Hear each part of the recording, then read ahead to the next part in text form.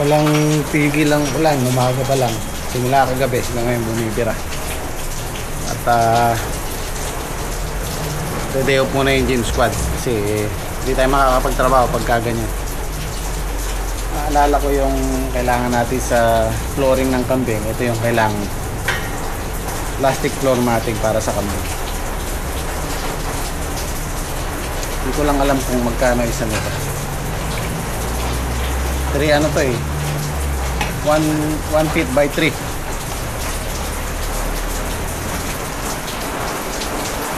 Ang presyo.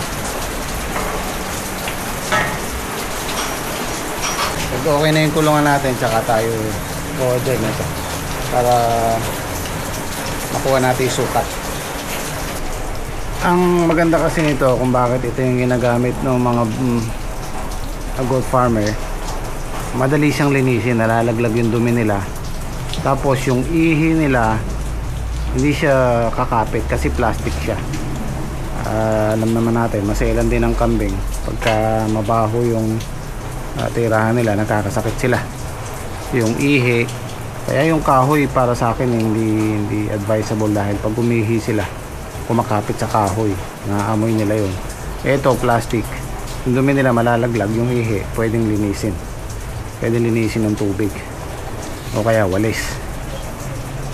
So masubukan natin. Sabi ni Sir Sunny, shoutout ulit, yung kulay puti daw nito mas makapal. So titingin ako, alam ko sa Arayat meron nito, kahit dito sa amin sa Cabiao meron. Nag-chat yung gym squad kanina maaga, bukas na lang daw sila papasok kasi kahapon hindi tayo nakapagtrabaho ng maayos.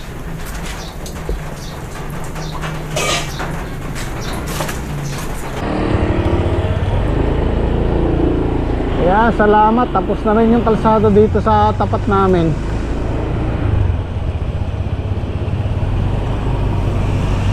Halos mag-iisang buwan ko na yata hindi na ilalabas yung sasakyan. Papatuyo na lang.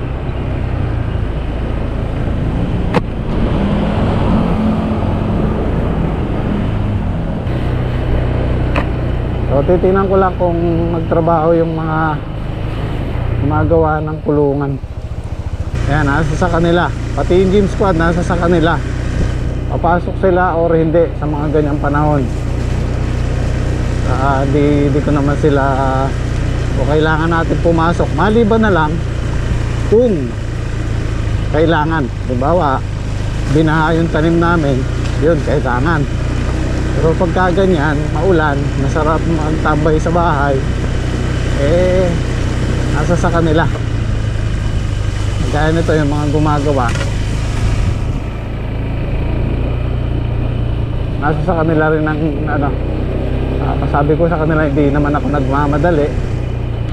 Kung kaya, di sige.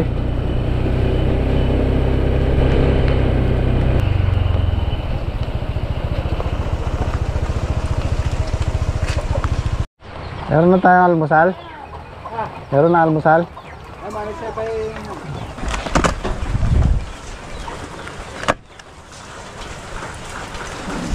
Hindi po ito yung poste. Papalitan natin yan ng bakal. Meron kasi nag-comment, kailangan daw palitan yung poste.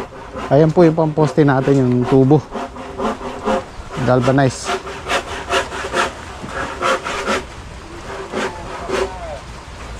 Rin ako mamukot. Oo, delikado, mabasa eh. Huwag mo na sukat. Oo, nakumpala ko kami. Sira-sira dito kami, malalaman dito. Kambing, kapok na yung pala dito eh. May kalwala. Oo, may kalwala. May tayo, may talapagit ang palay kita. Bungagawin yung kilo. May nakakal niya pala, may 9 kilo. Oo, konting tiis na lang. Mga ilang araw na lang, maayos natin. Parang yero ka rin. Nilambas na kita. Kitang mas na may nilambas kitang tulid din drinet. Kapok kaya naman pala. Muli, manakabaglam ka niya kayo makamili. So ito yung plano namin dyan, magkabilaan yung makataas. Sabi isa dito, bah, marami ng kambing malalaman dito tsaka sa kabila. Tapos ito bakante. Bubukod natin yung mga maliit. Dito 20 kambing, tapos 20, baka siya yung 40 kambing dyan. Yung binigado doon. Kagat din ibibitaw. Nandito na tayo magpuputol kasi ano basa.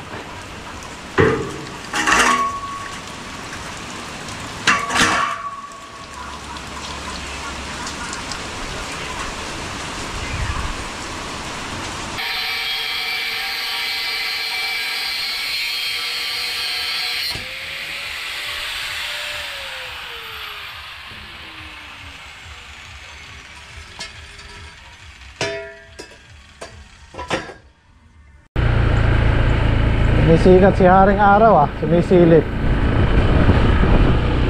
Kasya lang po muna itanim natin doon sa farm 2.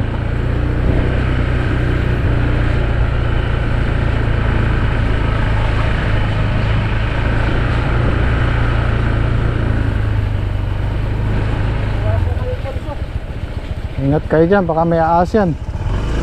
May maahas dyan maahas.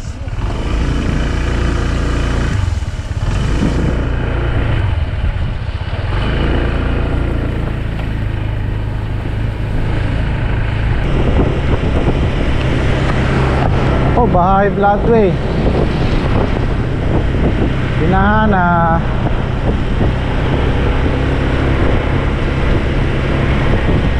Yun yari mga tanim dito.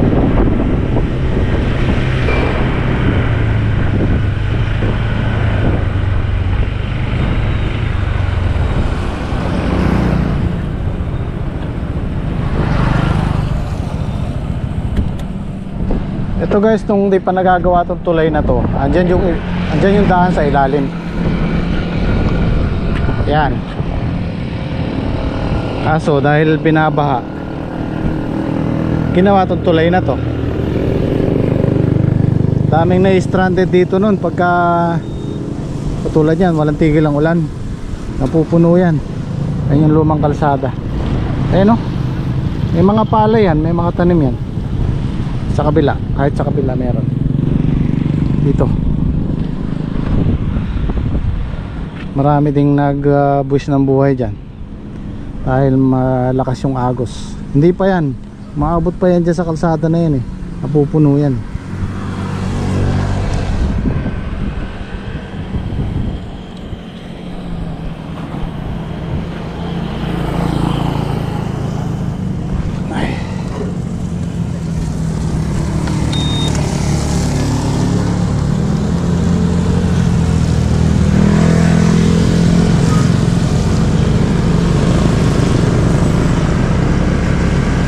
Dami na namang nasirang tanim. Palay, may gulay.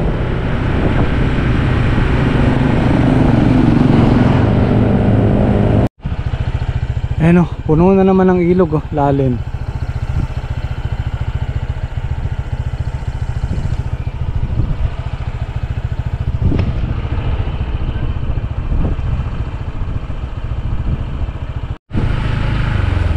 Si Saldi nandito. Bantay siya ng tubig. Pabili siya ng gasolina kahapon baka nga naman pumasok yung tubig.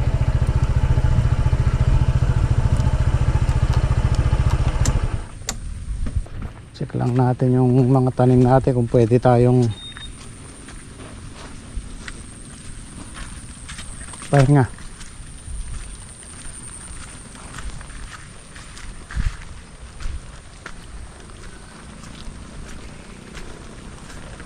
Ay, sakto mo tumutulo ito.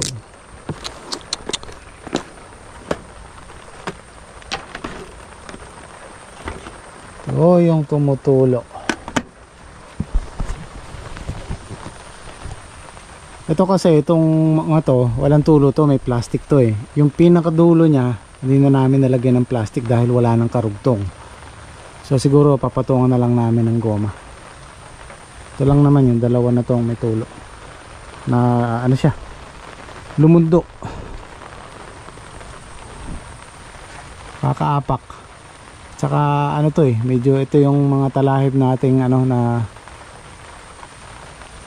naulanan, naulanan paulit-ulit kaya parang medyo nabulok yung iba. Di kagaya nito, ito walang problema kahit walang plastic, walang tulo. Ito kasi pagka kuha namin, binilad namin maghapon, kinabukasan nilagay na. So far yan lang naman ang problema natin. Simpleng dalawang ano lang naman. Ito. Malalim na de? Hindi masyado ano? Wala, day off daw muna sila Tubuan na naman tayo ng kapal damo niyan. Pagka ganyan kasi hindi tayo pwede mag-grass cutter. Ayun, kapal na naman. Oh, pero makapal na rin naman yung tanim natin. Oh, di ba? Maangat na sila. Ito, pwede nang linisin habang bulok sila malinis, madaling hilahin. Oh.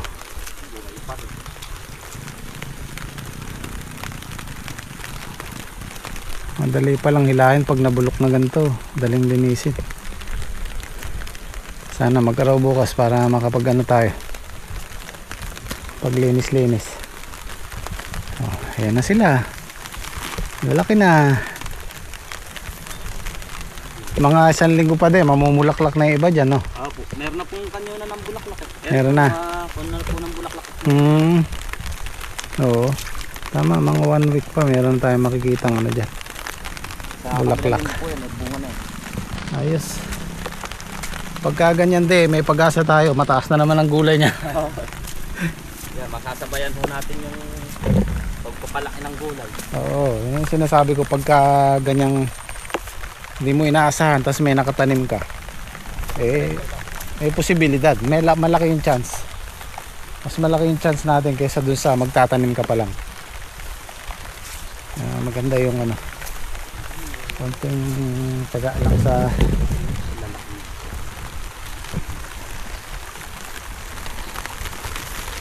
ito, malalaki. Ang ganda nun itong tudling na to, no? Solid na, nangangalahati na sila sa balag.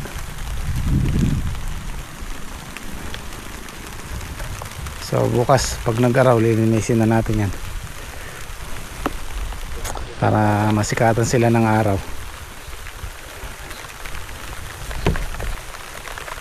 Mainam pala pag nabulok, kasi pagka tuyo yan at hindi na ulan, halimbawa naarawan, makunat siya, hindi mo mahihila.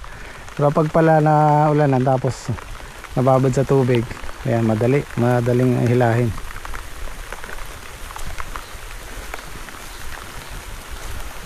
Yes, at least meron tayong ano, hinihintay. Tara de, lumalakas ang ulan.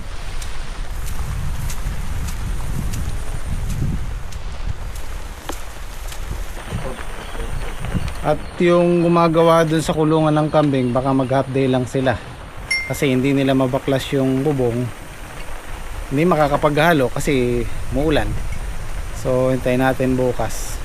Pero sana maitayo yung ano, yung bago mananghali, maitayo yung siyam na poste para bukas magbabaklas na lang tayo. Muntik na si Paring Reggie. Dadahan, madulas yan. Paring Reggie ito, kilala ko yung ano niya signal light niya. Oh, yun oh.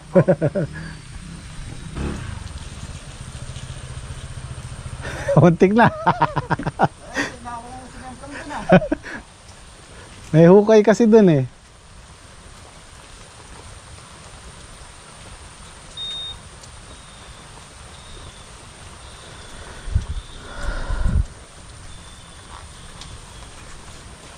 Halos kadarating ko lang din. Halos dating ko lang din. Galing ako dun sa farm. Nagkasalisi tayo. Galing ako dun. Sabi niya din, kaalis lang di kayo nagsalubong. Hindi nag-abot.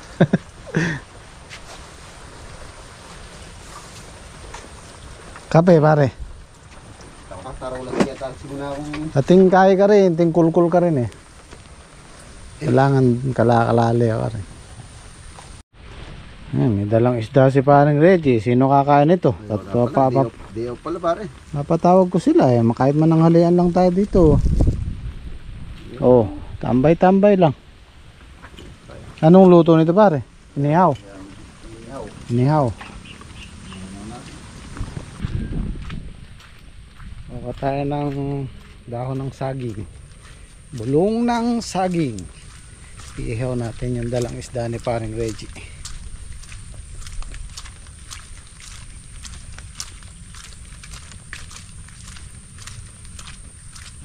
Nako. May nalaglag na naman sanga dito. Oh. Delikado ah. Delikado yung mga motor. Dito na slide si paring Reggie. Yun yung bakas niya oh.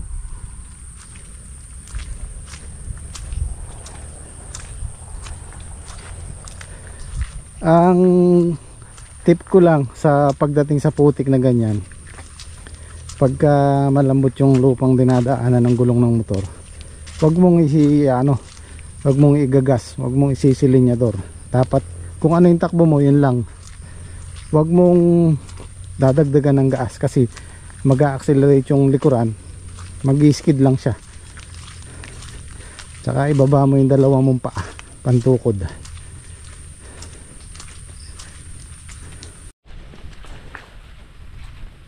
Bulong ng saging.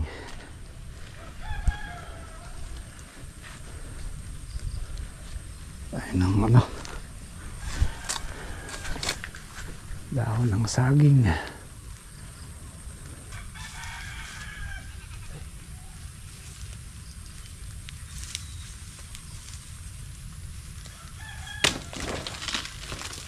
Dalawa pa.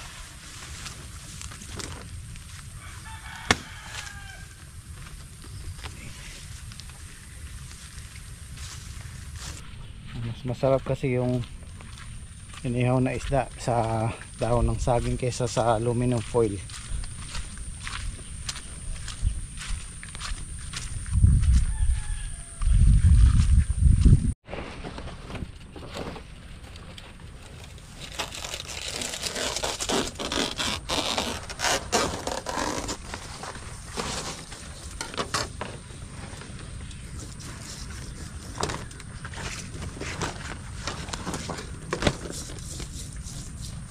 Karpa.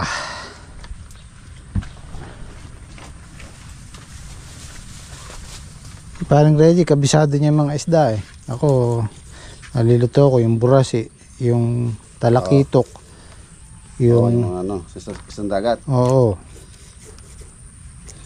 Isang tabang kabisado ko yan, pero sa dagat. Sa dagat kasi marami ang klase. Ito, yung tinatawag na common Tagalog, karpa.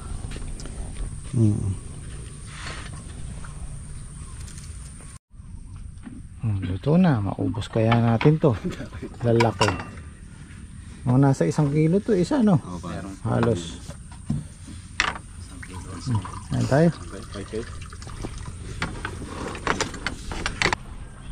Sarap yan, magkamay. Yan ito, oh. Ito, oh. Awa rin. Kala ko, Lau, sasama ka ni Kabeli. Wala ako ng gano'n. Ha? Wala ng display. Awa rin. Kala ko pa rin may paano. Kakanay mo na may konting kanin eh. Pagka naman magsasanto ka marami. Konti lang yan. Masarap yan, bagong huli.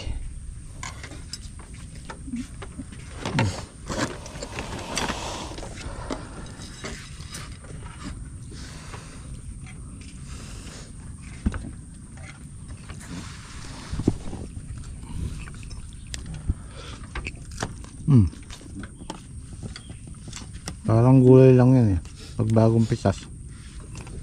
Masarap. Sariwang isda. Eri. Hihilan mo pa isa na yan.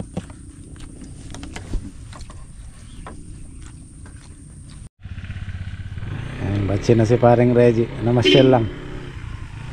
Oh. Nilagay ko ng pako. Total, nandito na rin lang kami. Binira na namin tong upo. Lalagyan ng upuan. Yun o, sa wakas nagkaroon tayo ng metro. Patapos na yung kubo.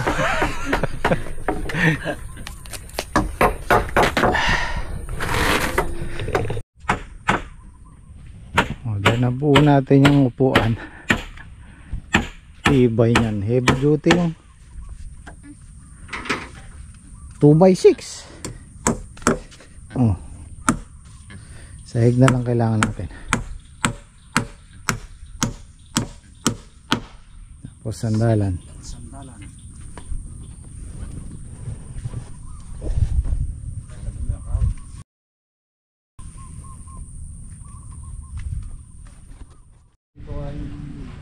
Okay na, naka-ready na yung natin, yung pupostehan, pampuposte. Sasalpak na lang natin bukas. Sana mag-araw bukas. Ayun o, maliwanag na, lumitaw na yung bundok. Sana bukas para matapos na natin tong pulungan. Bukas hanggang sa Makalawa. Bilis lang naman to maliit lang.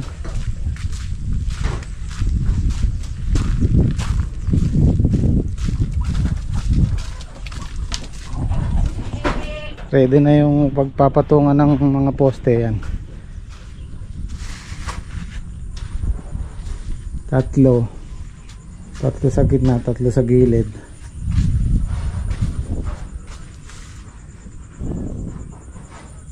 Ayan, nakaangat siya ng konti sa lupa. Kasi welding na lang dito. Siguro kung maganda, mabuhusan na rin yung tubong didos. Mabuhusan ng simento para matibay-tibay. Ito, tingnan ko kung manipis kasi itong yero na to pero pwede pa siguro. Kung hindi man, dagdag na lang tayo, sayang din yan. Bago lang yan wala naman tulo. At least konti na lang yung idadagdag nating yero. Malinis na to yung ilalim. Malaki na to guys kung tutuusin, kasi yung kambing namin nasa pa lang 21 kasama yung mga bisero. So kung magdodoble sila, kung magiging 40, kasya pa rin sila dito. Kasi dito pag nagsama-sama sila dito, halos nandyan lang sila sa kalahatian So kung magdadalawa yan, kung madadagdagan, kung dadami pa sila, pwede tayong maglagay dito or pwede tayong mag-extend. Kasi pagka ganitong nag-uumpisa pa lang tayo sa maliit na business, kailangan maliit lang din ang puhunan kasi hindi pa natin ganun kakabisado yung goat farming. Unti-unti na natututo tayo, lumalaki, tsaka tayo mag-expand, di ba? So pwede tayong mag-extend dito. Sabi ko kay Edwin, kailangan may abang na pandugtong para kung sakali dudugtungan na lang natin.